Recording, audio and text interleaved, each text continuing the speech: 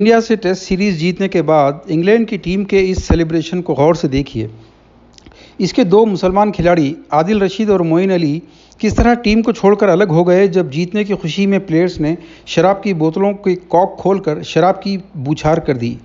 ये है गैरत ईमानी, हिम्मत और मर्दानगी।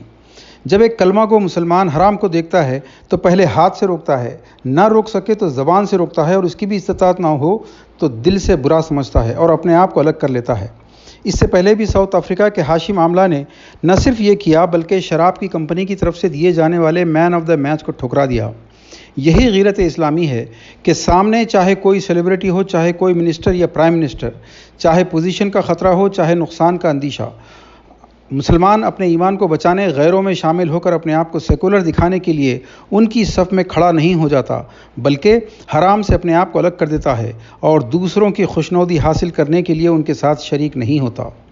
यही रवैया हमारा उस वक्त भी होना चाहिए जब हम शादियों में जाते हैं। रुक़े पर हम अन निकाह मिन सुन्नती देख कर चले जाते हैं, लेकिन वहाँ जाने के बाद पता चलता है कि वहाँ न सिर्फ सुन्नत की खिलाफ वर्जी हो रही है बल्कि कई हराम कामों का इर्तिकाब हो रहा है, जैसे फजूल खर्ची, सैकड़ों लोगों की बारात, लड़की वालों से खाना, जब खाना होगा तो फिर जहेज़ भी होगा, और सुन्नत वलीमा के नाम पर इसराफ, पटाखे, नाच गाने वगैरह।